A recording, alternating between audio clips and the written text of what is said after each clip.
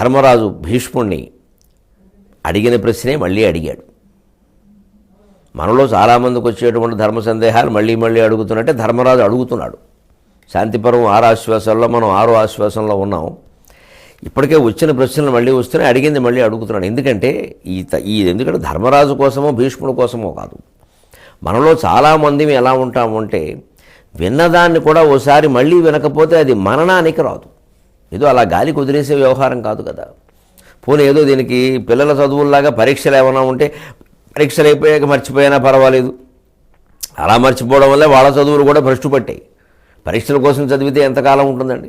ఆధ్యాత్మికత విషయంలో ఎవరు పెడతారు పరీక్ష? దానికి ఏమైనా మార్కులు వేస్తారా?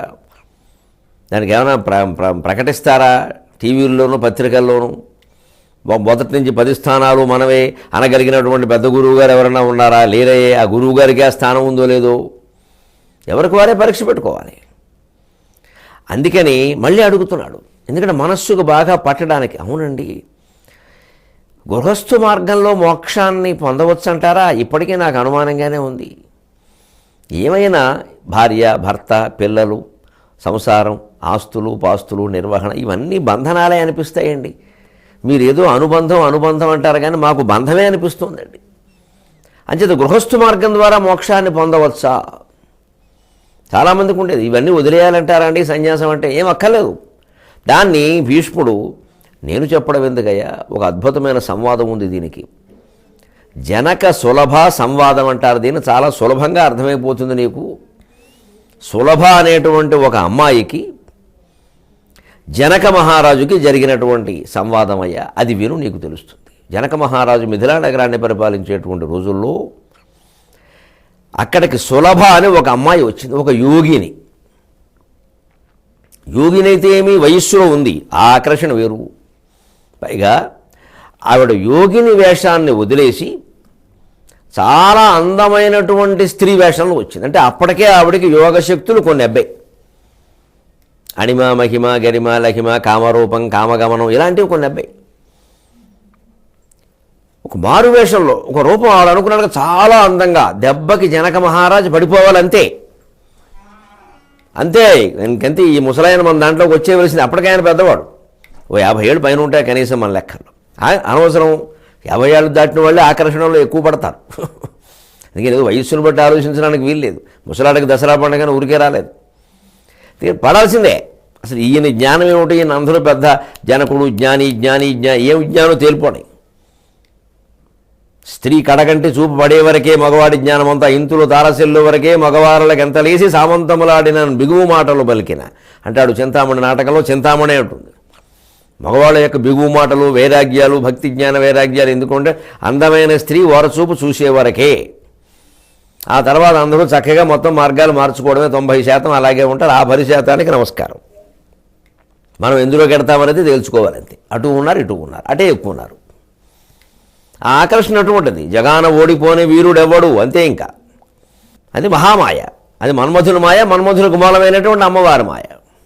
అపాంగాత్తే లబ్ధ్వా జగదిదం అనంగో విజయతే సౌందర్యలకరమాట. నీ కంటి కటాక్షం నుంచి ఏదో ఒక దివ్యశక్తి పొందాడమ్మా మన్మధుడు. లేకపోతే మన్మథ భావాల్లో ఇంత జ్ఞానుడైన వాళ్ళు కూడా పడిపోతారా? ఏమిటి విచిత్రం? అందుకని చూసింది. వేదాంతం పేరు మీద వచ్చింది. నేను ఫలానా యోగిని అంది. సరే, ద్వారపాలకులు కొంచెం అటువంటి వాళ్ళైనా చెబుతారు, తప్పకుండా రమ్మన్న దానికే ఉందన్నాడు. పైగా యోగినులన్నా యోగులన్నా ఈయనకు ఒక సహజమైన ఆసక్తి, తాత్వికమైనటువంటి ఆసక్తి. అందుకని అక్కడ కూర్చొని మాట్లాడుతూ ఉంటే ఏవో ప్రశ్నలు వేస్తోంది, అడుగుతోంది, ఈయన ఏదో చెబుతున్నాడు. సరే, ఈయన కూడా ఒక యోగిని, అందులో వయస్సులో ఉంది. అసలు చిన్న వయస్సులో యోగం సాధించిందంటే ఆయన దృష్టిలో ఈవిడ సాక్షాత్ అమ్మవారు. ఆ భావనతో ఆయన ఉన్నాడు. ఇంత చిన్న వయస్సులో నాకు ఎంతకాలం పట్టింది? 50-60 ఏళ్ళు వస్తున్నాయి, ఇప్పటికి ఇంకా ఏమీ వచ్చినట్టుగా అనిపించడం లేదు. ఇంకా అనుమానాలు వస్తూనే ఉన్నాయి. చిన్నపిల్ల నిండా 25 ఏళ్ళు ఉన్నట్టుగా లేదు. టీవీ యాంకర్ కంటే చిన్న వయస్సులో ఉంది. వయస్సులో ఉన్నట్టు కనిపిస్తోంది, కనీసం చిన్న వయస్సులో ఉన్నట్టు. ఏమిటిది అని ఒక ఆశ్చర్యంతో ఆయన చూస్తూనే ఆవిడ ప్రశ్నలకు ఏవో జవాబులు చెబుతున్నాడు. మొత్తం మీద చర్చ నడుస్తుంది. వికారపు చూపులతో ఆకర్షించేటువంటి ప్రయత్నం చేస్తుందండి. ఆకార వికారాదులతోటి, అంటే కాస్త భంగిమలు, హొయ్యలు, అటు తిప్పడం, ఇటు తిప్పడం, రకరకాల ప్రదర్శనలు, మొత్తం మీద అంటే ఈ బాహ్య ఆకర్షణకు ఏమైనా పడ్డా ఈయన చూశాడు అమ్మాయి నువ్వు అసలు యోగినివేనా అన్నాడు ఇలా ఎడంచి చూపుడు వేలు పెట్టి. యోగినివేనా ఏమైనా పెద్ద రోగినివే? ఇలా ఏమిటి అసలు నీ ప్రవృత్తి? వేషాలు వేయద్దు. ఏదైనా తాత్వికమైన చర్చ కోసం వస్తే చర్చ చేయి, వెళ్ళిపో. ఎందుకంటే నేను పంచముఖుని శిష్యుణ్ణి. పంచముఖుడు అంటే సాక్షాత్తు శివుడు. ఈయనకి మహత్తరమైన జ్ఞానోపదేశం చేసినటువంటి యోగి కూడా పంచముఖుడే. ఆయనకి ఇదివరకు చెప్పుకున్నాం మనం, పంచశిఖుడు, మన్నించండి, పంచశిఖుడు. నేను పంచశిఖుని శిష్యుణ్ణి, పంచాక్షరీ మంత్ర పరాయణుణ్ణి, పంచాక్షరీ మంత్ర జపపరాయణుణ్ణి, నిరంతరం నమశివాయ నమశివాయ నమశివాయ మాననవాణ్ణి. నన్ను ఈ ఆకర్షణలు ఏం చేస్తాయి కొత్తగా?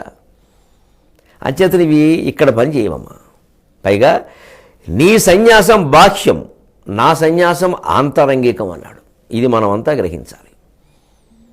బాహ్య సన్యాసం వేరు, ఆంతర సన్యాసం వేరు. మనం సన్యాసుల్ని చాలామందిని కేవలం వేదిక మీద అనుగ్రహ భాషణం చేసేటప్పుడు కాకుండా వారి ఆశ్రమాల్లో, వారి పీఠాల్లో, అక్కడ మనుషులతో, పరిచారకులతో, కింది స్థాయి సిబ్బందితో, వచ్చిన భక్తులతో వాళ్ళు ఏం మాట్లాడుతున్నారో, ఎలా వ్యవహరిస్తున్నారు, అసలు వాళ్ళు ఎక్కడ పడుకుంటున్నారు, వాళ్ళ కాలక్షేపం ఎలా జరుగుతోంది, వాళ్ళు పొద్దున్న ఏం చేస్తున్నారు, ఈ విషయాలన్నీ గమనిస్తే ఎవరు సన్యాసులో ఎవరు సన్యాసులో దెబ్బకు తేలిపోతుంది. పొద్దున్నే ఈశ్వరుడికి అభిషేకం చేసుకోవాల్సిన సమయంలో ఈనాడు పత్రిక చూస్తున్నాడంటే ఆయన చెప్పక్కర్లేదు ఎలాంటి వాడు.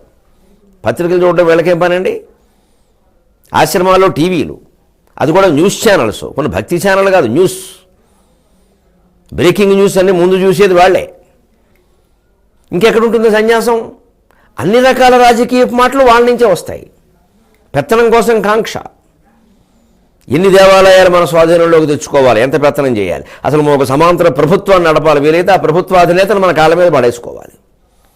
అక్కడి నుంచి ఒక ఆయన పడేసుకోగానే ఇంకొక ఆయనకి బాధ, అయ్యో ఏమిటండి ఆయన అలా లొంగిపోయాడు, మనకు ఎందుకు లొంగరండి, మంత్రులు పిలవండి, మనం పెద్ద యజ్ఞం చేద్దాం, మంత్రిని పిలవండి, రమణండి. ఇవి అంతమంది మంత్రి అంటూ వచ్చాక కాళ్ళ మీద పడక తప్పదు, బాగుండదు అనుకుంటారు వాళ్ళు.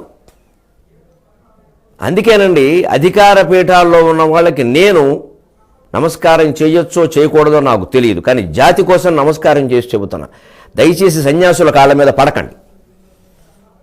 ఏమొస్తుందో నేను చర్చ చేస్తాను, సంబంధం పడకూడదండి. అలా రాజ్యాధినేతలు పడకూడదు. ఒక్కసారి ముఖ్యమంత్రి ఒక సన్యాసి కాళ్ళ మీద పడ్డాడు అంటే మొత్తం దేశమంతా విచిత్రంగా మారిపోతుంది ఆ ప్రభావం చేత. పడకూడదండి అలాగా, దూరం నుంచి నమస్కారం అంతే. ఇక మొత్తం అధికార యంత్రాంగం అంతా ఆయన కాళ్ళ దగ్గరికి చేరిపోతుంది. ఆయన మనస్సులో లేనిపోని కాంక్షలన్నీ వస్తాయి. ఆయన మంచి సన్యాసి అయినా కూడా వస్తాయి. అలా వంగవలసిన అవసరం లేదండి. రాజగురువులు వేరు, వీళ్ళు వేరు. పూర్వం రాజగురువులు, వశిష్ఠాదులు రాజగురువులు, వాళ్ళు సన్యాసులు కాదు. రాజగురువు అంటే ఆయన అనేక రకాల విద్యలు నేర్పాడు ఈయనకి. ఆ విద్యలు నేర్పిన గౌరవంతో నమస్కారం చేస్తారు. ఒక అధికార స్థానంలో ఉన్నవాడు అలా వంగాడు అంటే దాని ప్రభావం చాలా ఉంటుందండి. అనేక రకాల వైషమ్యాలు దానివల్ల వచ్చేస్తాయి. ఇది తేడా. అందుకే నీ సన్యాసం బాహ్యం, నాది ఆంతర్యం అన్నారు. ఎప్పుడు ఆంతరిక సన్యాసమే గొప్పది. కర్మేంద్రియాణి సంయమ్య యాస్తే మనసాస్మరన్ ఇంద్రియార్థాన్ విమూఢాత్మ మిథ్యాచారస్స ఉచ్యతే. ఎవడు కేవలం పైన కాళ్ళు చేతులు కళ్ళు చూపులు లాంటి వాటిని ఏమీ తెలియనట్టుగా చక్కగా సత్యనారాయణ వ్రతం చేసే మనిషిలా కూర్చుని లోపల అసత్యాల గురించి ఆలోచిస్తున్నాడు, వాడు ప్రపంచానికి పెద్ద ద్రోహి అన్నాడు. అసలు ఈ లోపల తత్వం ఎలా తెలియాలండి? అందుకే జనక మహారాజు స్వయంగా ఏమంటున్నాడో, అధికారులు నాయకులు విందురుగాక.